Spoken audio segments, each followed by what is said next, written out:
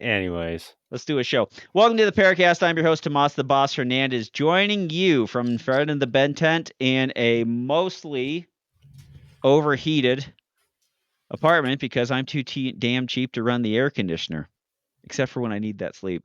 That's why she left you. Heart rate 93. Hey. I do the leaving around here, Robert. Joining me tonight.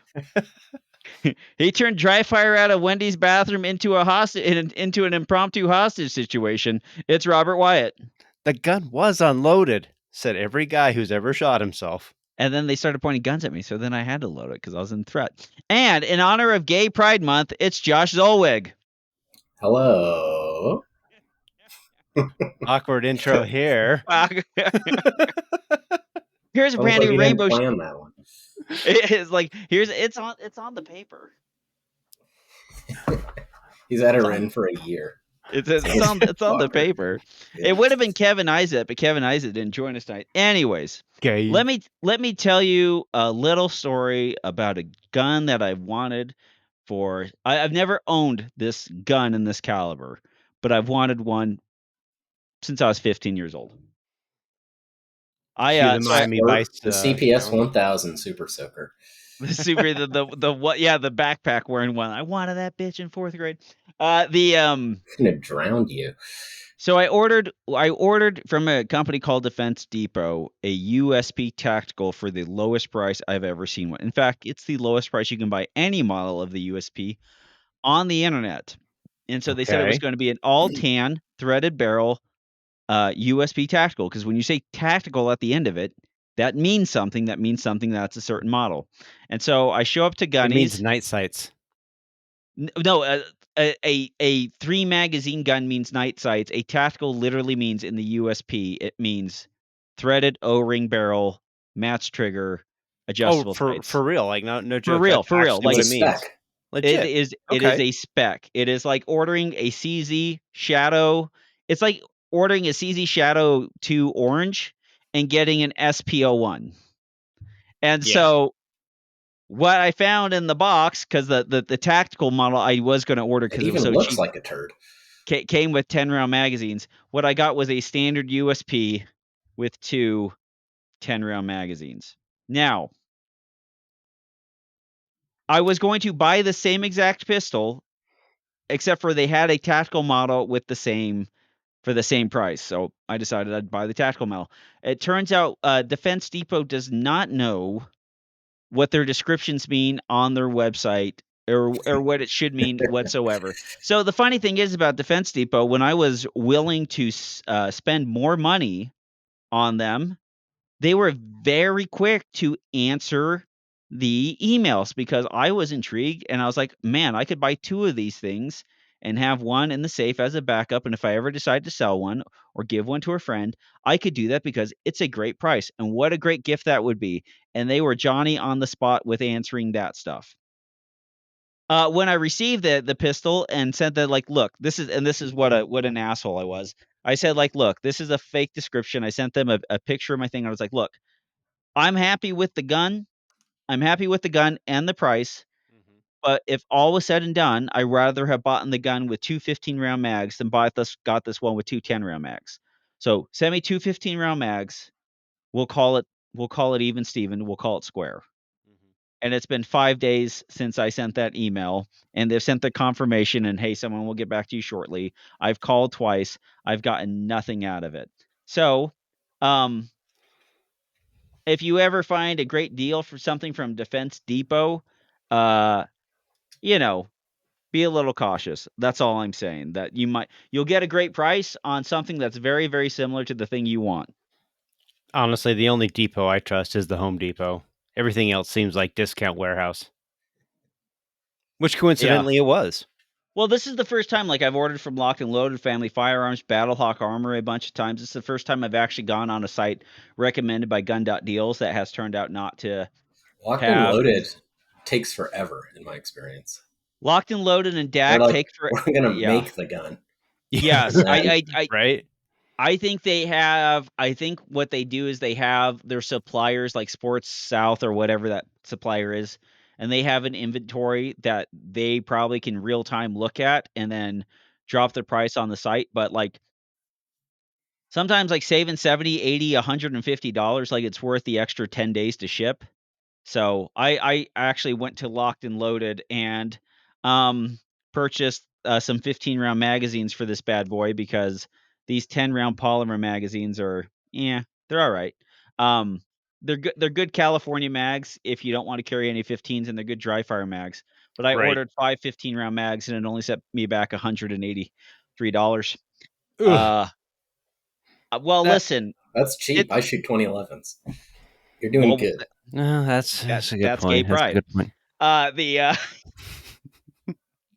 like Be like careful. 100. Dave Blanton is seriously going to show up at your house and beat the hell out of you with one of his spare 3,000 2011s that he's got lying around. Yeah, well, he's getting them all set. But listen, Dave has all the 2011s he can possibly want, and he still shoots the Bull Armory, which is like a people's gun. That's Yeah. the people's Eh, 2011. It's like 1,700, $1,800 I've people's seen those 2011. things have problems locally. The Oh, MPAs what? seem to be pretty good now. Yeah. Yeah, but the problem is you say that though, and I know people with MPA problems. So it almost seems like the one commonality is that 2011s can just be finicky. I mean, not good or bad, right? I mean, it just seems like everybody has different experiences with them. I mean, I know Leo had trouble with MPAs. I know some people have disliked Yeah. the Bull He Armories. had like the early versions because they're making a lot of their own stuff, and they Yeah. were kind of making it crappy, to be honest, at the beginning, and they kind of figured it out. Yeah, but on the flip Um, side, like they sent me a left-hand mag release to try out in my 2011, and I think that's the greatest thing that was ever invented for a left-handed shooter who shoots 2011s. And so I think MPA's a-okay in my book. Yeah, but there's yeah, 2011s are a tuning platform. yeah, I that's think that's absolutely fair. that's what it is. And like CZ75 Shadows, when you get them out of the box, are not a tuning platform. But guess what you can do? You can turn them into a Until tuning the platform TRS at breaks, until the extractor breaks. The TRS doesn't break anymore on the I Shadow doubt it. 2s. I mean, you can get them, but those new ones, It the purple, what are they, like the purple or reddish color ones? Those things just go. And you trade long-term reliability for a half pound off your trigger pull. I mean, you and you know, can do that. they've let's worked let's over the Prodigies. Like there's essentially a V2 of the Prodigy that they never basically Really? came stealth out with as rollout. an yeah, basically. So I'm not sure if it affects the 4.25 because those I think ran better even Yeah, in the initial release. But yeah, the 5-inch they sprung it up a little bit. They sent it with 2 week of a recoil spring at the beginning, but huh. now actually they have a lot of internal weight reducing cuts inside of the frame, or sorry, inside of the slide. So it looks like it's still a full chunky like full government profile slide Yeah. without a tri-top or anything like that. But they've taken a lot of weight out of it, and the newer Just to 5-inch get more Prodigies, velocity on that 5. Well, what yeah, were they putting? they What were they they putting out in the carbonized first place? Were they just just sending as out a pretty much a 40 caliber or 45 caliber slide weight? And yeah, basically, yeah, even heavier because it was cut for the 9 millimeter breech face and everything like that, so slightly heavier. But now, yeah, if you look at it, you can see inside they've cut slots. So it's I don't know how many ounces lighter, but it's quite a bit lighter, and the shooting dynamics are great. And I bought a new 5-inch one a couple weeks ago, and even out of the box with the Prodigy mags, which are Pro mags or something, I don't know. Duramag. They Duramag. Duramac, yeah, they suck. But it still ran 100%, and I shot hundreds and hundreds of rounds through it. So it's pretty cool. well, I sent 100 rounds out of this bad boy, and what I hold in my hand is one of the guns I've always wanted my entire life, which is the USP full size and 9 millimeter, which is quite possibly the most durable, overbuilt service pistol that the world has ever seen. HK has two of these in their gray room that have both of them have over a 200,000 round count on them, from one from Remington and one from a police department being shot up like crazy. But it's uh don't buy your dreams sometimes. Like this thing is a freaking vibe and a half, double single, hammer, all that jazz, you know, freaking the best deal you could have, little tan frame. It looks awesome. It feels great. It is literally a brick and all the mass is up top, and you feel it when you shoot, and the double action's probably about 11 pounds, and it stacks super well. And now having a host of HK pistols, if you would like a 9mm hammer-fired HK pistol, feel free to buy a P30 because it feels a lot better, it loads a lot better. But as far as going out there and shooting it, like this thing was a ton The of freaking P30's fun. the newer model. Yeah, P30's a 2006. That's the latest. Their latest handgun's the VP9. Their latest hammer-fired gun would be the P30, which is basically a third generation of the USP. But the USP's the OG with its 100% polymer, no steel insert magazines. It's a fire control unit that you can shift around a bunch. And So then they were the guys who pioneered the double spring captured guide rod. mm. So So do you Before run them we as can double singles, or do you have the LEMs in all of So those? I have 6 HK handguns. I have 2 LEMs, and the LEMs are, I would say the LEMs are pretty nice. But Robert kind of says this pretty effectively. It was a modification made for law enforcement, and law enforcement doesn't use it. Um, Apparently their competition team does use the LEM triggers, though. it Surprises me. It's not that bad. It is a very, especially if you put like a gray guns, what they call a control arm, which interacts with the sear and the firing pin block. It essentially interacts, the main thing that interacts with the firing pin. The brake is very nice. Like you can get them. The brake is very nice, and the trigger pull is that's probably like a 3.5 pound, 4 pound brake on the gun. The it's issue is just with the so far LEM. back. Yeah, well, all the double action triggers, all the HK triggers break super far to the rear, Yeah. and I so shot a buddy's USP expert recently, and he had the LEM set up in it, and it does break far back, but the length of pull is quite long. I felt like yes. so it felt okay. I didn't like the recoil impulse, but like the trigger actually was pretty workable. The trigger's workable. The only issue with it is that on something like a Glock or a 2011 or a CZ running in single action mode, when you let off, the trigger, returns to a pretty normal spot. Let me grab my P2000 here. Well, yeah, I mean, but that's the thing. I mean, like, it's a Like pretty good trigger until you compare it to any other modern trigger, and then it's like, oh, that's the one, not the one, the even best. even though this take up right there doesn't mean a whole lot, Yeah, it can bug you a little bit. It's kind of like on the LEM is a Trips trigger you that out, yeah. you have to practice. Like if you practice just on the LEM, it's great. If you're switching back between a few different guns, it's not as great. The actual decent trigger in that whole, like the best handgun they have in that whole lineup's that freaking VP9. That thing is stupid Striker. accurate. Oh, the striker fired gun, M Carbo $15 kit. Get the trigger down to about 3.5 pounds. It's a freaking laser beam of a weapon. It's completely future proofed. It's got Taylor freelance support with brass magwells and brass base pads and brass grips. It shoots like a house on fire, and it's probably one of the most well constructed. And as far as like being like the timing of the slide being in there with the disconnector so it doesn't fire out of battery, very, very Mm. short window, very just well machined, well thought out, excellent handgun, and you can find them non-optics ready for $500, and you can mill them for any optic because they put enough meat on the top of the slide. That sounds pretty good. The thing, I have a couple Canics, and the thing that really frustrates me with those is that like a 1/4 inch out of battery, they will drop the striker, Oh, and they yeah. won't go off, which is nice, but still you've Well, got a dead trigger, you and you have to rack you the hope they right don't go off. I mean, that's the one deal is no one wants to test whether or not, get it to right where you think the engagement of the striker will still fire. Tape it in that position at. with a bullet in it and fire it and see if it has enough case support. Yeah, I'm not testing. I'm not testing it. It's just organically it'll drop. Sometimes you can outrun it easily, which is Well, that's kind of weird. And if it was a Sig, it would probably just blow my hands off. That's correct. I Um, think right. but Or a Rick 2011 now, apparently. oh, really? What's that? Oh yeah, you drop a 2011, that thing's going off. Oh, if you drop it, yeah. But drop if you, it. This is yeah. this is just splitting, Oh, Like, okay. Oh, if you hey, if actually, interesting thing. I had a split case. It went through the case gauge and everything, So and hot. I was just out at the range last night, and I'm like, I'm curious if this thing will work. So I it'll threw it work. in the shadow. Yeah, it totally fires. Fine. Oh yeah, So It's fine. I mean, if it passes the the cage swan gauge, song, I'll fire it.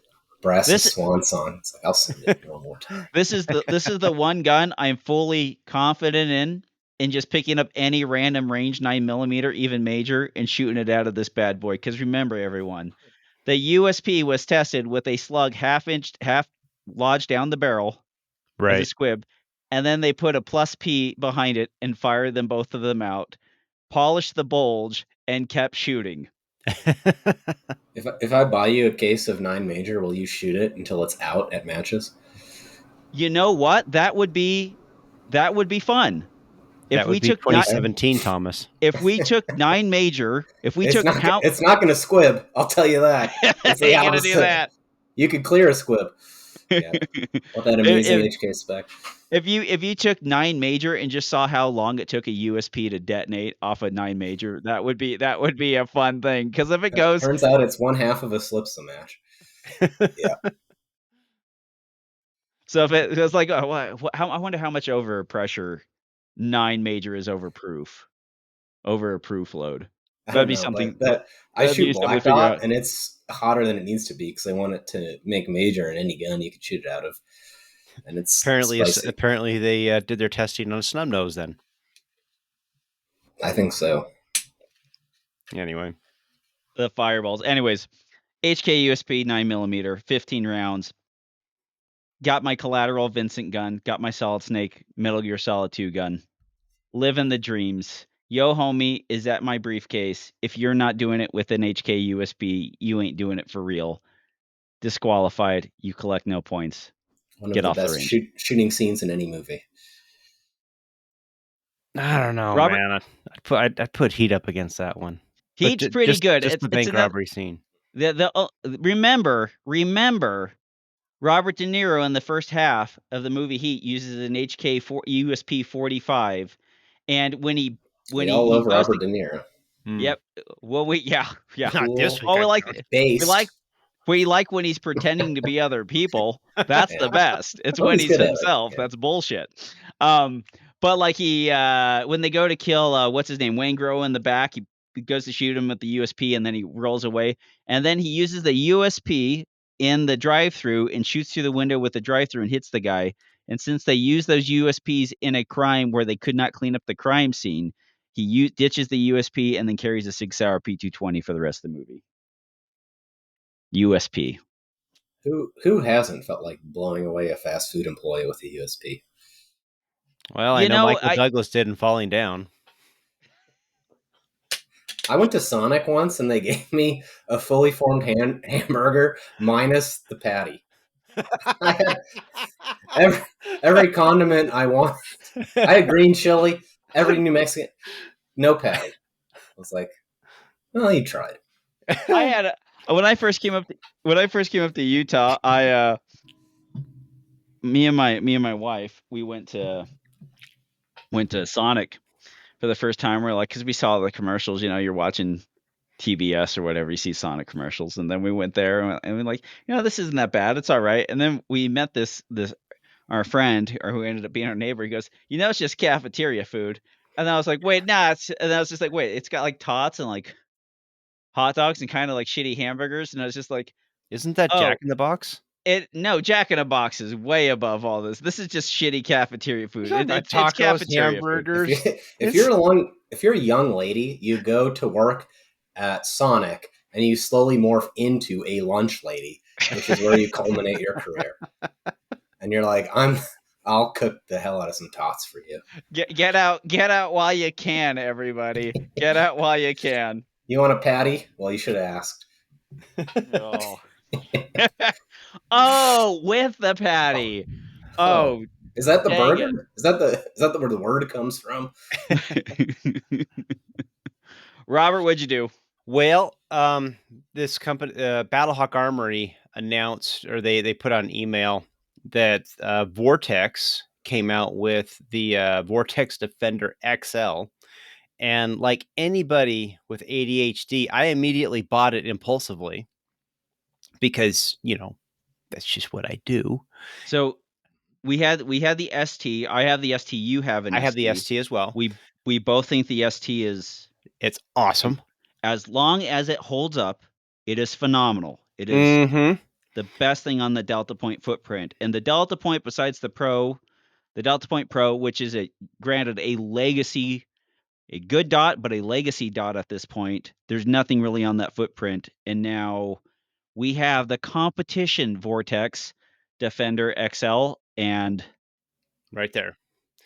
And I love it.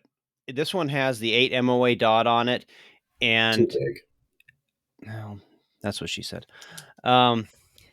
It actually, Josh, the reason I like it so much, and I really had to think about it a bit, but the dot is big enough that it overcomes my astigmatism. But And doesn't astigmatism just increase the perceived size of a dot in the first place? I don't know what it is, but on this one, my astigmatism basically goes away. it's I don't round. The I dot's don't round. the dot is actually round. I don't have that thing with the little starburst flares out of it. And I don't have a super strong astigmatism, but I have enough that when I sit there and I kind of look at them side by side, I'm like, "Oh, that's actually really impressive." And so I kind of thought that was cool. The other thing I got it. I got it all mounted up and everything. It's on the Delta Point footprint, like Tommy said. And your And screws that came out of the box.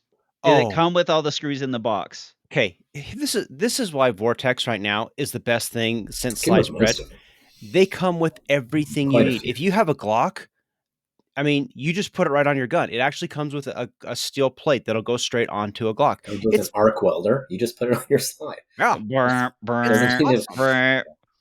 and so I took it out. I took it out to the range last night. I went and shot a match, and then I went back later on, and I took it out with me, and I got it mostly zeroed, and it's awesome. It shoots really well. I'm excited to play with it. I kept thinking, I'm like, maybe I'll just take this to nationals, and I'm like, no, we're gonna go with the one kind of who brung you to the ball and all that. So I like it though. Honestly, I've got the 507 comp and then this one, and between the two, I think this Vortex is a pretty darn good option. I really like it, and so It's a large wing. we're gonna see how long it actually holds up.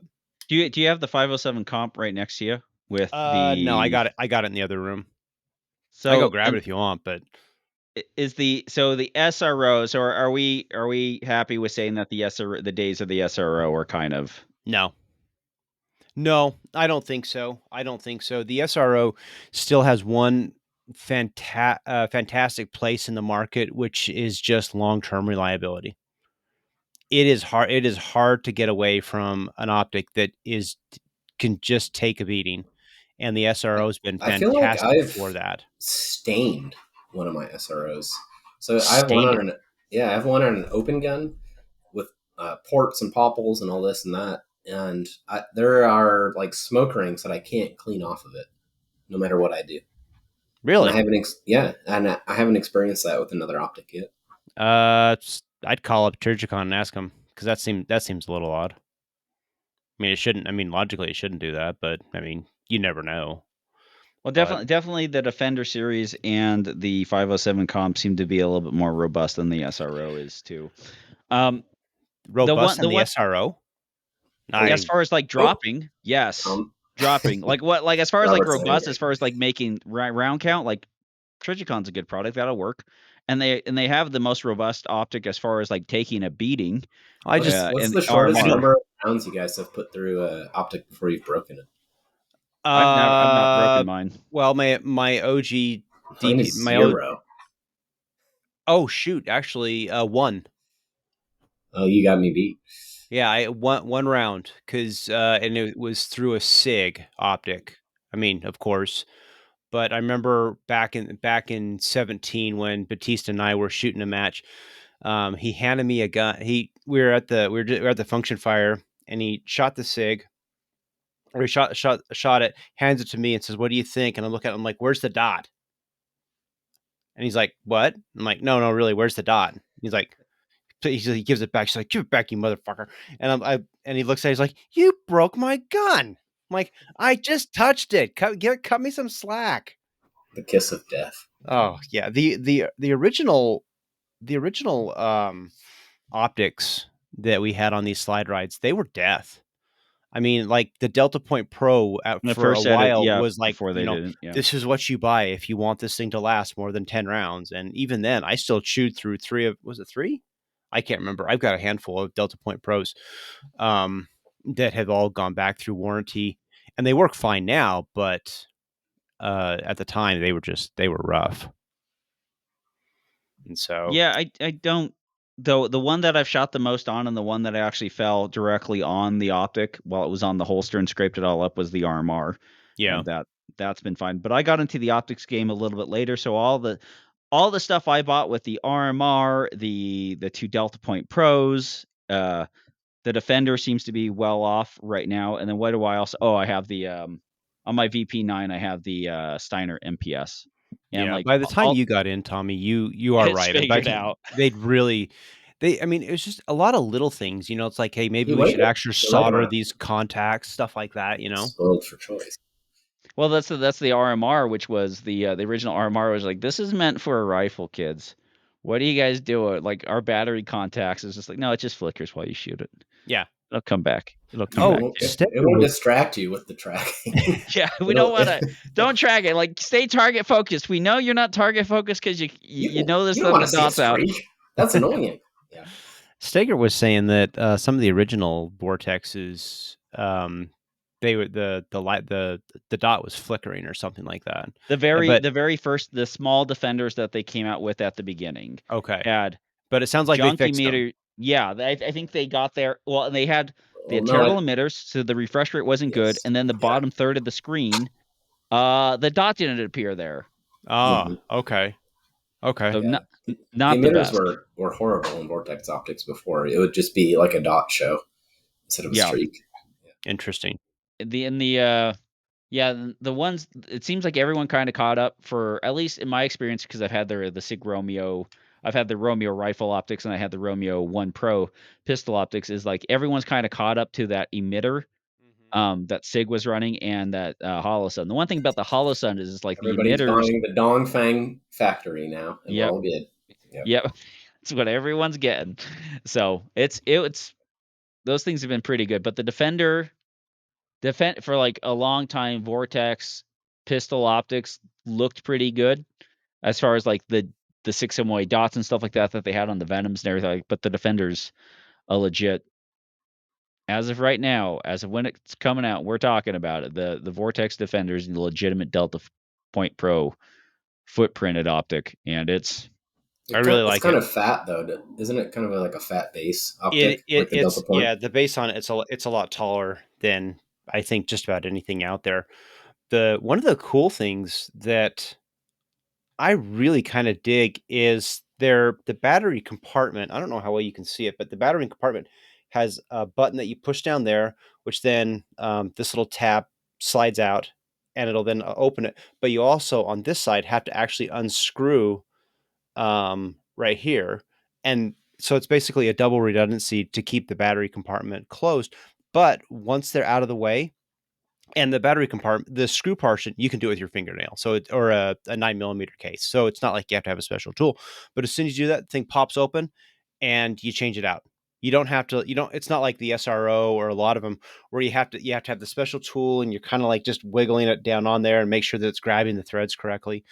The ST, I think, has ST has the screw cap. the screw cap, which So which again, it's fine, but I kind of like that. I think it's cool. well, that's the one thing that concerns, because the reason that the Delta Point Pro is so high is because of the battery compartment. Yeah. So the adjustments that they use for windage and elevation are much larger, and they are very nice. They're the nicest adjustments you can have for actually zeroing the gun. But it had that battery compartment and that lid was the reason why the Delta Point Pro is so damn tall. So is that one taller than its brother optic, the ST, as I far as have like the not deck height? I haven't put them side by side. That's a great question. I'm not sure. Because the ST seems to be slightly shorter than the Delta Point Pro. Yeah, this one's And it's actually it's taller more than it is wide. At least it feels that way. And maybe it's yeah, because it's got the curve on the top of it. But I don't know, man. I like it. I think it's cool. Awesome. I'm glad you're Joshua. happy. Do anything fun, Josh? I put on my local match this past Saturday. It's a little tough. We have to. We're not like Slip, so we can't just basically kind of set up the same deal and leave it for a month with slight tweaks. We have to go, set up everything from whole cloth each month that we run it. And I didn't have a ton of help the day of, but the morning of, I sent out an email on practice score the night before, and a ton of people came out, and we just finished everything that needed to be finished, which wasn't too much. And yeah, it ran great, and I got a lot of positive feedback. So I'm really trying to build the community out here in Albuquerque. It's not quite, well, it's not even close to, like what you guys have in Salt Lake City, but we're working on it, trying to put on good matches and build it up. And that's awesome. Yeah. So what are people going out there and shooting in the intended divisions? Is it the same thing as everywhere else, just CO and LO? LO by far, I think out here has taken over. I think for many of the matches that I've put on at Del Norte and the city range, runs matches twice a month. Limited optics by far for us is the most popular, outstripping CO even by quite a bit. So yeah, LO is the thing in Albuquerque anyway. Interesting. You shooting open now still? All day, every day. Yeah, open playing rocks. That game. Yeah, although I did send off. I know all about these prodigies, like I was talking about, because I bought a new 5-inch one, and I was so impressed with it. I sent it off to Dan Heisenracher, who built my fancy open gun, my new open gun from D2 Customs, and he's gonna work that thing over, put like a thumb rest on it, and so it's gonna be just like my open gun to hold when it comes back, with the grip and the safeties and the thumb rest and all that. And it's We're riding a slide right optic. Yeah, pink DLC. Yeah, exactly. And so, so I spent as much as the Prodigy cost. Oh, jeez. The Prodigy. That seems to be almost the deal with the Prodigies. Like, you buy the Prodigy, and if they run now, then you spend twice as much on getting whatever. And if they don't run, then you know. Yeah, well, that's on the person. Like, I'm mentally handicapped, so I was quite happy to spend that money. But it would work. It would have worked out of the box perfectly. Like I said, that gun ran out of the box, no problem. But I wanted it to feel like my open gun, so the safeties, the grip, the thumb rest, the blending, and then of course you needed to get it coated and have trigger components put in. So all of that's got to happen. So yeah, so it's like buying two Prodigies, but it's going to be beautiful. It's going to be lovely. This is what I don't understand about Springfield Armory right now. They have this Echelon pistol, which is not bad, but let's say their prior pistol line may have left some people with some desires and other quality and whatever, and just not looking gay as hell on the range. What do you shoot at the XD? Grip zone, baby. And so they have their texture is great though, like their the Hellcat texture that's on the Prodigy and the Echelon. That's a cool texture. The Echelon texture is fantastic because you can get different grip modules with even more. Like, they had their large grip module that had like the super abrasive and aggressive grip texture on the Echelon, and that was great. It still had some Springfield Armory stuff put into it, where they're like, these are 20-round mags. You can't fit 22 rounds into them, but then the follower binds, so please don't put 22 rounds into them. It's just like, okay, thanks guys. Well, why don't you just stop that from happening so people can't do it? But I always like, there is no engineering solution. There's only an administrative solution. Guys, please stop. The challenge with the XD is the XD was actually a good gun. I mean, it was a very, very accurate, but it was a good gun. The XDM, you take away that grip, the grip safety thing, so that would always fail. That really was a problem. It was a very, very accurate gun. I mean, it was an ambi mag release. They did a lot of things right. The XD, this first generation XD, was a piece of shit. Was it? Bad sights. That was the first generation M&P 9mm. Well, hold on. The XD was still worse because the M&P did not have the barrel jump the locking lug. No quarrel. It had no quarrel. The original XD The original XD barrel, your locking lugs on the bottom of your barrel that interact with the locking block. Well, those I don't lugs know could if jump. Springfield did. They could jump the locking block, which means you could have a gun which had a bullet in the chamber, which had the locking block jump so mac, and that the barrel was wedged in the slide that you had a gun that was half in, half out of battery that you could not disassemble or do anything to. And how did people fix that? They pointed the muzzle in a safe direction, and they got a 2x4 and they beat the shit out of the gun till it hopped back over. And then the M, they fixed that. And then they had that roll pin that would broke, which would mean that you couldn't disassemble the gun. So you had to send the gun back to Springfield with a loaded round in the chamber. And then, but yeah, as far as like ergonomics and like they Yeah, sent it with like adjustable they sights, and it was very accurate. they They did a ran. lot they did a lot of good things. I mean, but I mean, the failures were like they were big failures. It was like that Caracal gun that JJ was pushing for 2 months. I mean, More like the Caraboom. today we call that the SIG 320. Yeah.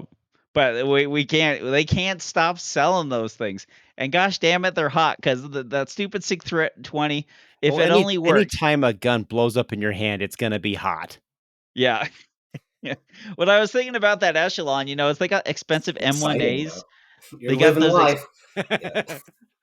they got the Prodigy. What they should do is they should come out with the Prodigy Pro package. And the Prodigy Pro package is a Prodigy, like 5 magazines, like 3 different types of optics plate. It might ship with the optic. And like Porsche used to do back in the day, when you ordered that all electric 918 Spider, Porsche would send you a coupon for a 911 GT3 RS. And What so a relatable analogy. I'm a man of the people. Yeah. Listen. Hey, I'm when sitting. when you bought all those Porsche Spiders? Tommy really likes the German. Remember He is in the down with 90s them. when you'd buy a Porsche Spider and it was different when you were Listen. buying them in the 80s? I got an HK Porsche. USP in my hand. I got a Lucky Brand t-shirt. I'm wearing Armani jeans and I have Armani cologne on. I am sitting in front of a bed tent and recording this podcast on a camping chair because I refuse to buy more furniture before I move out of this place. You've got an HO scale model train set, and you just keep saying, "Get in, get in." Yeah. Man of the people. Anyways, but some like people, man of the people, and he drives a Volkswagen. I mean, kind of makes you wonder there. I like adding it up. I like the finer engineering. Somebody asks Tommy how to get to his house, and he says, "You just go this way, and then you take the Third Reich." Yeah, like I think they need to start handing some of those guns out for free. I really think like Springfield Armory needs to get some Echelons in the hands. It's like, hey, buy 3 Hellcats. We'll give you one. Like if they start giving those guns out, it's the wickedest like motherfucking gun I've ever shot in my life. You've obviously never shot a 365. No, I have. It's nothing compared to a Hellcat. Hellcats, the 365 very accurate. is like a hot steam. They are accurate. Garbage. Very reliable. Yes. Very reliable. Yep. But they will beat you up. Yeah. Remember those like Hogue handles? Those rubber sleeves you'd slide over a gun to make the grips bigger, for people in the 90s who were like, I need a handle. Do they have one for a Glock 21? And you're like, yes, they do. It's like, oh, good. I could have a handle. Like, I have diabetes and swollen fingers, and I need a Hogue handle on my micro compact. I actually carry it inside my belly button. It's quite difficult to draw. Hogue was just 30 years too late. They needed those for like the 365 and for the Hellcat. I bet you the Hellcat Pro is probably. Is that the one with the little comp on it? I think they have a Hellcat Pro. That's like their 15 round, like Glock 19, but like super thin model, like their X Macro or whatever they have. I think they're coming out with one with the comp. It's like they have some decent guns now. For some reason, they decided we'll make decent guns. The problem is they're not decent enough for anyone to want to spend extra money on when they can go get something else. Meanwhile, you have Smith and Wesson making 48, and it's just such an amazing gun. So shootable.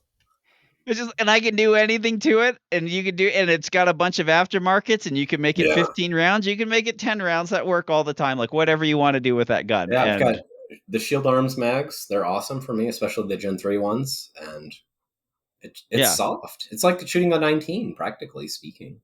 Yeah. It's a great gun. Meanwhile, I've still got my Smith & Wesson Shield, which is still the finest subcompact Those are good firearm guns ever too. made. Yeah, they are amazing. Those shoot really nice. Yeah, I like it. I like it a lot.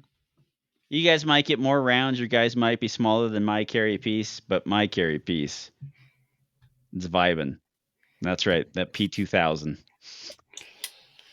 You need second strike capability to kill a hooker inside of your bed tent. Listen. I'll tell you, they're Yeah. I'll tell you, Josh, they're feisty because they start throwing their hands out. They're like, don't do it. And then they push the gun out of battery. The gun out of battery. You're going to want second strike capability. You're going to need it. And that's the reason that Alex always carries a revolver. Yeah, that's they can't push that out of the battery. You know, when he puts it right up against their hand and fires Anyways, if you want to be able to strangle somebody, head on over to Dominate Defense. Get the best competition belt in the industry with that ratcheting action. My battery isn't the only thing that tastes like pennies. Save some pennies. Use promo code PARA10. Save 10% off the Mach 1 speed belt and all their fine concealment belts and products over there. It's the best in the industry and copied seemingly more and more by people because they just want to be like Dominate. The Hunter Constantine belt is Dominate. He dominates the OEM for that. It's not like he's stealing it or anything. It's just, that actually makes a lot of sense. Yeah, I didn't accuse him on this episode. Well, no, I'm just saying because I saw that and I actually mentioned, or I mentioned it to Jason. I was like, "This looks just like your belt," and he said, "Oh yeah, I sell it to him." Yeah, he does some stuff for Tier 1 too, which was pretty good because I got the Tier 1 belt and that's a Dominate belt and it's a fantastic belt as well. Very comfortable, very pleasant. They're amazing.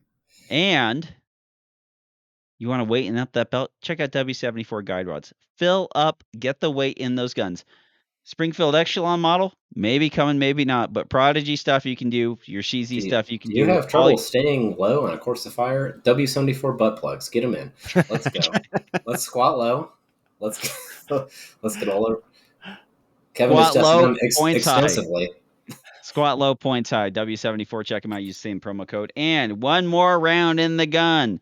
And some of your spring needs. Check out Rune Tactical. Go there. You can find them stuff also on Shooters Connection. Do all that stuff. Use promo code PARA10 at Rune Tactical, and you can save 10% off your order. You can also check out Telegram, which is a messaging app, which is a fantastic messaging app. Leave videos, leave long voice messages for people talking. Like everyone I know, they're on Telegram because it's a great app, and then you can search PARAcast and ask us questions because we ain't doing no Facebook, Instagram bullshit. That's why. All right. Confusing and scary. Yeah, we don't want Zuckerberg touching himself while he's touching us. While Biden's touching him. While Biden's touching him. Well, you see how he pooped himself? Yeah. Oh yeah. They bring a spare suit because he shits himself. I was like, well, finally he's done something relatable. Well, yeah, that's you're talking about my Porsche problem. I don't even own a suit, let alone having a second suit in case I shit myself. I don't own any more. Yeah. I walked up those helicopter stairs and it was all over. Just don't be behind the movie. It would be nice. It would be nice to live in a life where when you shit yourself, you're the least concerned and everyone else is the most concerned. Because generally, when you let a little go, when you let a little go, you're normally the most concerned there is. So it's nice to have the reverse, if only we could live so much. We've all, like you haven't driven your Chevy and felt something heavy. We all have. I was going to say, that is the beauty of dementia. I mean, you just forget everything. You don't have to worry about nothing anymore. Everybody worries about it for you. You just tootle along, eat your little ice cream, take a shit in front of like millions of people. It's good times. Good times. Normally when you shit yourself at work, you got to come back with a little embarrassment. The next day he just walks in, he's like nothing happened because in his mind, Next Nothing day, did dude. happen. He doesn't even remember the last hour. Walking through a door. Well, it's if, like if that's the only downside of a meth suppository, I'm in. It's like an old Nintendo game. You know, you just leave the screen and then you come back in. It's all reset. Yeah, it's like hell yeah. Just blowing it. From Connor Williams, have you guys set up and shot any of the new proposed 24 series of classifiers? What are your thoughts on them? Nope. I have not. I have not. We have not seen them. Don't care Joshua? about them. No. Nope. I tried to log into USPSA to take a look at some of these and see how they were broken down, and then I forgot my password, and I kept typing in my old membership, and then I realized my new membership is a different membership because I'm a life member, and I've shot 3 matches since becoming a life member. So good for me. Really, really exercising that membership, aren't you now? I'm trying. Exactly. I'm trying, baby. Someone had M&P problems, didn't they? They said Oh M&P yeah, light strike Austin issues. Ron. He said, "Is anybody getting a light primer strikes on an M&P competitor? Any ideas? Get rid of the M&P competitor." I mean, moving on. I tried to feel warn like MMPs everybody. are so reliable. Well, the polymer ones are. But the polymer ones, I never had a problem with the 2.0. I never had a malfunction with any of my 2.0s. Light strikes on the M&P are generally caused by a couple things, which is a deformed firing pin. So your firing pin might be broke, or you have something that is like when you disassemble to put on the sights or put on an optic, your firing pin block was not installed correctly or is pinned or whatever, because your light strike problems are from the firing pin block not being completely out of the way when the striker is released. And so what's happening is that firing pin is interfering with that firing pin block, and you get light strikes. And it's just enough to happen every once in a while. The original Gen 1 M&Ps had a trigger bar, and on that trigger bar, there's like a loop, like a candy cane. And you would adjust that candy cane to set the timing of pushing up the firing pin block and then releasing the striker. And if you change triggers or change whatever parts, it's kind of like the play, like the cruciform on the back of the Glock trigger. You would run into timing issues, and it was so pleasant because it would like work for 3 rounds and not work, and then work for 7 rounds and then not work. So it's the same thing. Make sure if it's an optics ready competitor or whatever like that, or if it's under the rear sight, that it was installed correctly and that spring is not bound and all that jazz to make sure that you have proper fitment. And if that looks fine, you're just going to order 2 parts. You're going to order a trigger bar and a firing pin block. It's going to set you back a whopping $30 shipped. And then you're just going to install those 2 parts and you'll probably come back with it just fine. Interesting. Yeah, I had an M&P. It was actually my first pistol for competition. And all I ever did to it was put in an Apex trigger, and that's it. And it was the most reliable handgun I've ever had by far. Like, I literally never cleaned the magazines, and I dropped them in New Mexico desert dirt and rocks all the time. Yep. So whenever I hear that people are having problems with M&Ps, I question them. Yeah, the M&P is, especially the 2.0. The first one had its out of battery issues and stuff like that. But generally, like, you pull the trigger, if you got it stock and just got quality parts from like Apex, because Apex was better parts than Smith & Wesson and had better specs on them. Yeah. Those things ran forever. I never had any issues with my M&P until I installed an Apex barrel, and that was just super tight with the H&S bullets profile that I was using at the time. Yeah. Oh, right. When I ran full metal jacket bullets, it ran like a top. And then when I started, I forgot what I put in there. I put in like a different shoe or something like that. I put in something different, and then I ran into those firing pin block problems and then got those fixed. But the 2.0, the polymer frame 2.0 pistol is incredible, freaking bulletproof. I love that gun. I really love I would that probably gun. say that's the best polymer pistol. Like, Canex can be amazing, but they fire out of battery. They hit the striker they hit the primer pretty weak, I think, especially if you put in aftermarket, like striker springs and stuff like that. But MMPs for me have always been 100% super solid. And even the like the 5-inch Pro that I got as my first competition gun, that was a MMP Gen 1, but it was a later Gen 1, so it was super accurate. They fixed whatever problems they had. Like, MMPs for me have probably overall been the best polymer pistol. having messed with the only ones I have not seriously messed and shot with are the CZP-10 and the polymer frame mechanics or whatever like that. Like in my experience, like the VP9 is fantastic. Of course, the Glock 17 or whatever, your Glocks always just set up there as something for everything to be compared to. But if I had $500 and was searching for a deal and wanted a bulletproof pistol, an M&P optics ready model 4.5-inch barrel or 5-inch barrel for $500, you are not going to go wrong. The only issue that M&P ever has is there's not a good way to getting weight into the gun, especially into the grip. I don't think you need it though. Yeah, but I know this guy it who returns. makes a bunch of butt plugs. Oh wait, no, guide rods now. He makes guide rods now. He makes both. Guide rods you can do but the guide rods are great because it's party up front and the butt plugs are party in the back, so it kind of works out well. We're partying everywhere. Yeah. Any angle.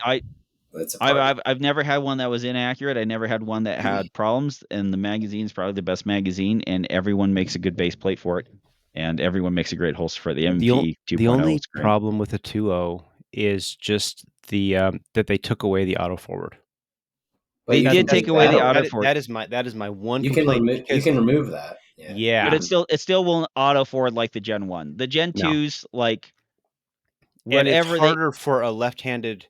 It's harder for a left-hander to drop the slide on the right side of the gun. And so you have to do a little bit of work, but once you get that figured out, I kind of agree. I really, really like the 2.0. For a short while, I was like, I'm going to actually run this for a little while, like in the off season. And then I was like, oh, I'm going to go do some other things. And I went back to the Shadow 2s, but I got it milled out. I mean, Josh milled it out for me, and it sits perfect. It's nice. It's awesome. Man, yep. I could only like one handgun. It would probably be an M&P. That 2.0, that's a pretty good one to go with because you know that it's going to be reliable. Oh, if I had to have, like, if we played the one handgun game, like there's a bunch of other guns I would, I could have or whatever. But if you started to give me a budget on this game, I'd get me 3 mags. I'd get me a full size. Well, I'd get me an M&P compact, the 15 round tungsten butt plug. Tungsten butt plug. I would get the tactical model with the threaded barrel that was optics ready, and then I'd buy a Vortex Defender ST and put it on top of that. I mean, if you could only ever have one gun in the world, it's hard not to say Glock 19 though. Oh, you're probably at that point with that gun and that optic. If you find a deal on both of them, like Gun.deals both of them and search for a while, you're probably $900 for that setup. Yeah. And so like then you got a good suppressor host, you got a decent trigger on them now, you got 3 magazines that have the ability to have base plates put on them. And the other part is too, it's like you get all the optic plates because they use that polymer optic plate shim kit to put on there, and then like your Vortex Defender comes with the screws you're going to need anyway. So like that's pretty solid. Yeah.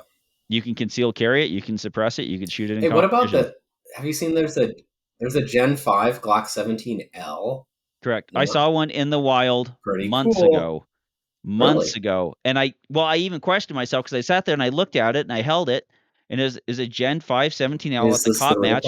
Went to the cop match and I saw the plate, the optic plate on the top. And then I kept looking for it and I was telling people, and then I saw like these Gen 3s flood the market again, 17Ls, and I'm like, where the hell is this? Like, I swore this was a Gen 5 17L, and then it pops up. But doesn't it seem so cool? Don't you want one? I want one really bad.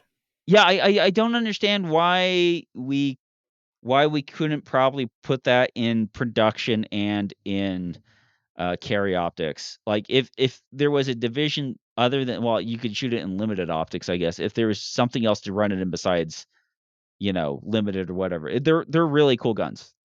I think getting an extra 75 feet per second out of your ammo is pretty neat, but it's definitely an iron barrel's so long that now you can just reach out and just muzzle punch all the targets. Yep, 6-inch listen, barrel. You stupid hooker! We call that the Wyatt McNeil. That's an old muzzle strike. Let's see, from Ron Davison. When planning to shoot USPSA stage, how do you how do you go about calculating your acceptable hit factor and determine how fast you're going to go? I don't really think about what I don't the really right hit think about factor is. that. I just think, well, this is the plan that makes sense. That's obvious, and the hit factor will be what it is. But I'm not doing a lot of dumb shit. I'm Yeah, just the RO says make ready, and I put the magazine in the gun, and then I say Jesus take the wheel, and I get halfway through and realize that Jesus wasn't taking the wheel, and so I mean, it was I'm out of I'm too luck. sinful to walk with God. I say, Kevin, turn on the butt plug. Let's go. The Yeah, I mean the one thing is like vision and moving through the stage as quickly without sacrificing the vision. The hit factor is going to be there. Generally, I think, yeah, I don't know, trying to set some pace for a hit factor. You can't Oh, put like that prescription on yourself when you have a stage like I need to shoot at 10 hit factor or something like that. It's more about I just need to see what I need to see with my sight on the target and pull the trigger, and the hit yeah, factor will be what while it is. moving as But quickly. Yeah, yeah, I'm visualizing the proper sight picture on every target. That could be in different places if it's partialed up or at distance or whatever. Right. But that's really all you have to do. the one time you can kind of effectively do that is shooting classifiers. Like you can kind of get an idea. Like if you watch one or two people shoot a classifier, you can kind of get like that's the all it that's the hit Well, I factor I mean, would need to make but this, and that's then easy because I mean the hit factor's all posted. So you just look correct. at it and you're like, okay, well here's the time to get this number, and that's how Here's the fast I have time and to here's shoot the it. points, and I would have to I do. mean, I I've seen remember I people, remember yeah. shooting at Slipso, watching Kenny Terry shoot classifiers, and I just be like, "Fuck." Yeah, Back when Kenny that's used to the shoot. ideal. Yeah, Yeah. Yeah. yeah. Let's Number see is from he still number one? Number one on El Prez for hit factor. I have no idea. Yeah, he was before, which is pretty cool. From Baron, let's see. Thoughts on buying from a big box store to save a little cash versus buying from your local dealer, and what about online? Pros and cons, etc. Um, my experience, like my gun shop that I prefer to go to is Gunny's in Orem. They've been fantastic. When I first moved up to Orem, Utah from California, this is the first place where I bought my Sig 220R was from Gunny's. I've always had good customer service from them. But like paying $200 extra for the same pistol, USP 9mm sitting in their shelves, is $10.50. But the one thing that I've realized with them is like most of these places, like they're happy to take the few $25 transfer fees from bringing it in, but they're also happy for you to actually ask. And a lot of people don't, maybe they think it's rude or something like that, but hey man, this is all capitalism. They want my money and they want to give me a gun and I want that gun. And so whatever we can make it a deal. I think more people treat it as Walmart and don't treat it as a car dealership. When it's a little bit closer to a car dealership. There is some markups and some margins to be made on those handguns. And a lot of those handguns that you might like, they're willing to move out. Like if you show up there and you're like, I want this CZ75 compact. And they're like, we've had this bitch for 3 years. Let's make a deal. Like if you're looking for a P365, probably nothing to have on there. But like I've gone in there plenty of times with quotes from online and saying like, this is what I could get here. Do you have that SKU? What are you willing to do? And lots of times that I've asked that question, they are willing to go down to the same price for that same SKU number on there. And so it's kind of both. It's just shop the market. And then, if you're going to send it to them anyway, and they have it in stock, like, make the deal with them. But I would definitely say, I am counter to going to some place, wasting their time holding the gun, and then while you're walking out the door, hit buy on Battlehawk Armory and Yeah. sending it to somewhere else. So, My Andrea saw this thing once, and she and I kind of have the same feeling on this with regard to like the tipping, like tipping that you see everywhere on those pads. And she said basically, if I have to stand up to order my food, you're not getting a tip. hundred And percent. yep. Yeah, and I she's look at right. that, yeah, and I'm like, if I do all the research and I do everything and I do it all on my own, I'm going to buy it from wherever I get it from. I don't care whether it's online or wherever. But if I go into a place and you have an employee who takes their time, spends time with me and like helps me like maybe come to a decision, whatever, I'm going to reward that company with my business, because that's how you keep those companies around. That's how I look at it, whether it's a big box store or even a Gunny's type place. I mean, I try to at least honor the fact that there's somebody there that was doing their job and trying to provide me excellent customer service, and I want to keep that company around long term. I would definitely say if you're going into the ATF stuff like Forum 1s, Forum 4s, and all that stuff like that, some of those gun shops are the best places to go. Yeah. Yeah, for sure. Let's see. Do you have any tips for designing USPSA stages that give shooters options and no velvet ropes? Oh, he said USPSA, so that's an assumed. What does he mean by Joshua. velvet ropes? What's that? He's talking about IDPA. Oh, And you'll go here, sir, and you'll go here. I don't know. I mean, I feel like intermediate challenge targets open up a lot of opportunities for people. Like 25-yard partials, everybody's going to shoot those pretty slow. 3-yard open targets, everybody's going to shoot those pretty fast. But like you give enough 25-yard people, open targets. yeah, No, I mean I don't seriously. know. I mean, like You, put an open target out at distance, and you're gonna find that people misjudge them and don't give them the yeah, respect they deserve. no, you're Um, right. You're right. Yeah, you want to give people things that are on the borderline, on the edge, and so they're like, maybe I can shoot this on the move. Maybe I can split this fast. Maybe I can. But that's where people can separate themselves, and so it's all in the intermediate, I think.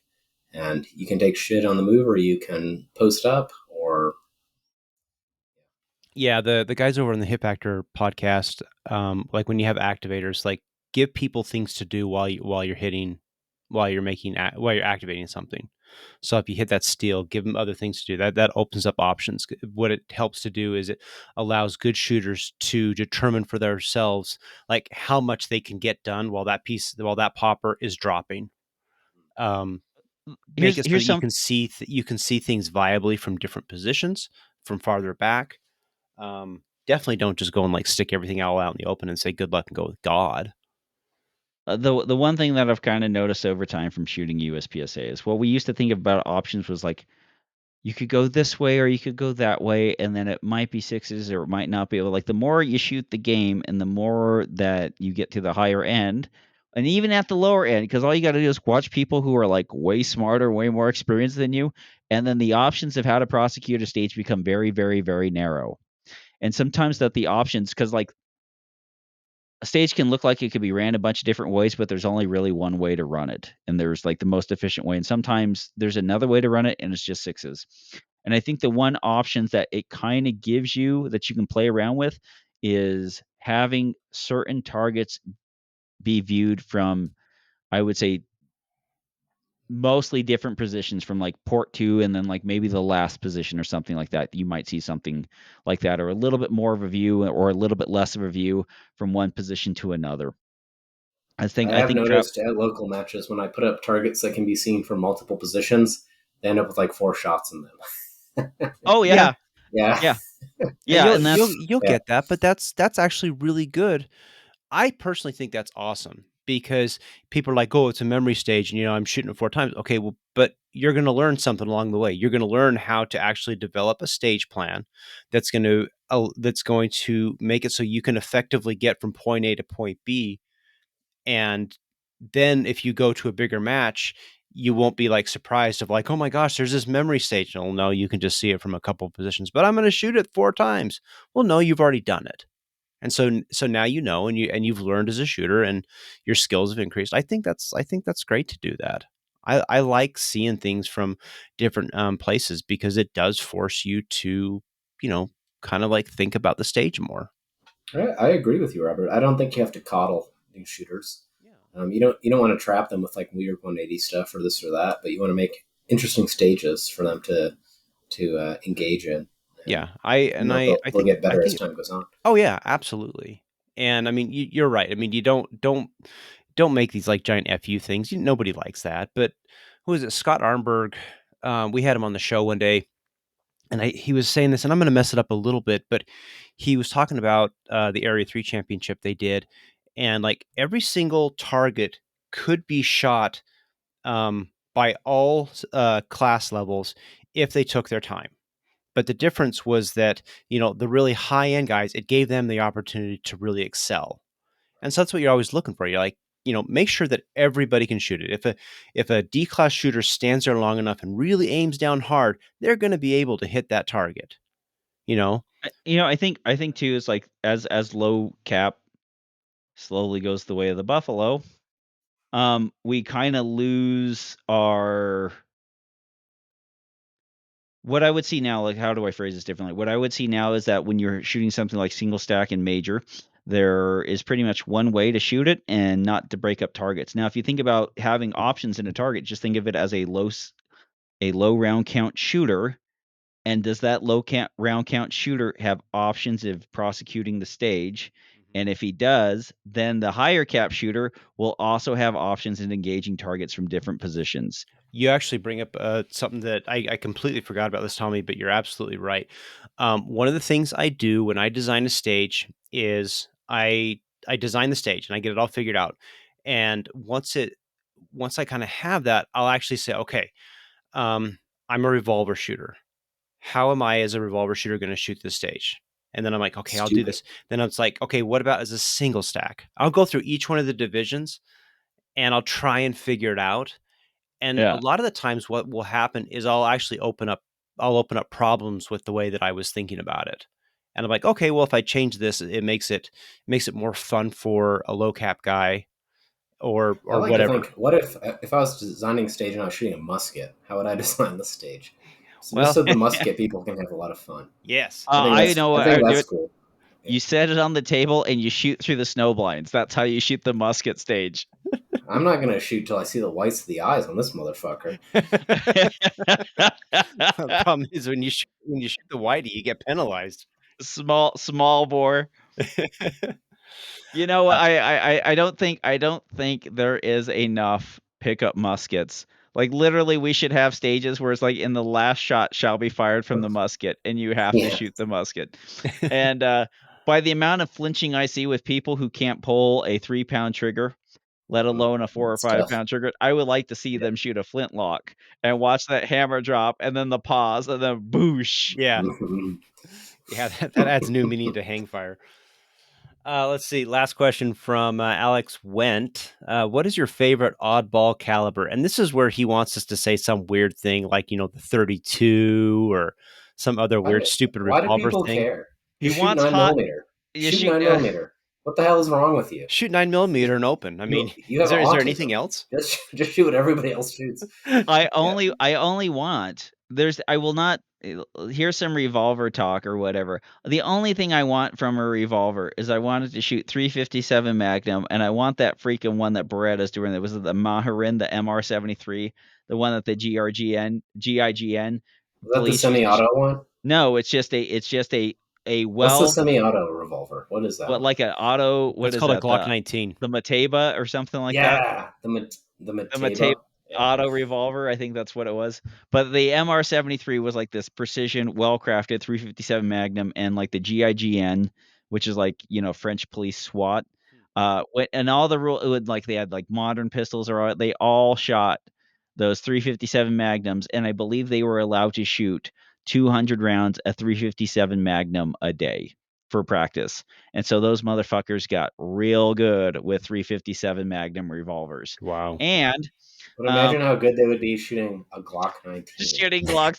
Yeah, but like the one thing is like 357 Magnum when it's hot as hell is another realm of firepower than like a 9 millimeter. The Texas Rangers, when they were shooting people with 357 mag on a daily basis, they were like, "We like this shit. It's lightning bolt in a bottle. Like we love this." And so that's when they went to Sig, and they're like, "All right, fine. We'll get semi-automatic pistols, but we want you to make us a 357 Magnum." And then Sig brought out the 357 Sig so that they could have that same lightning bolt effect. I know we're It's all like in love. new. There's like an old guy will shoot a black dude in a church with this, and they're like, And yes. and it works. And it The works. prophecy is fulfilled. Oh, jeez. There's one thing that you'll always find when no one else has ammo. You can always walk into Walmart back in the day when they sold pistol ammo and pull out a box of 357 SIG. And there's no bad loading in 357 SIG. They all kill people pretty damn well. So Yeah. 9mm does too, though. I know it's better now. I'm just when you shoot. If you shoot somebody in the fucking head with a 9mm, they're not like, oh man, what a wimpy round. No, they're Yeah. not. But generally you get to see it from a distance when you hit him with a 10mm or a 357 SIG. You don't go like, did I hit him? He kind of went down. When you hit him with the other stuff, there's what are they? They're reactive targets, and and so there's what there's a bullet construction and velocity has made a big difference, but there is a lot of information from the guys who used to, have to shoot people. And so they used to have to use bigger and faster bullets all the time to get their desired effects. And what we've learned from stuff like Ukraine is a 308 still does a way better job at putting fools down. And it's just like, everything's cool, but sometimes if you're going to hit them once, hit them with the big boys, and they don't like to, But mess still, getting around too shot with much. a 9mm sucks. Or a It's still, 253. I'm not, It's not. I, It's like I, not cool.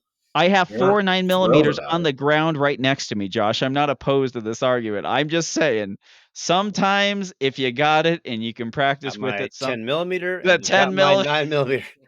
Here is the hand of God. That would be cool. Just hit them together and like implode your head. Clap. Yeah. Like I've had enough. There we go. That's it, Robert. Thank you. Anyways, thank you so much. We'd like to thank Josh Zollweg for hopping on the show last minute and Thanks letting for us having hop me. on his Zencaster and doing all this fancy stuff for us. We really appreciate him stepping in. And for of course, Josh Zollweg. And Robert Wyatt. I'm Tom Nelson. May you peace, love, and soul as we depart into the open waters of a sea of life on a little tugboat, sponsored by the Smith & Wesson M&P. We like to call the PARAcast. Good night, everybody. Can I say toot toot, or is that Please do. No, trademark? you go ahead. Toot toot.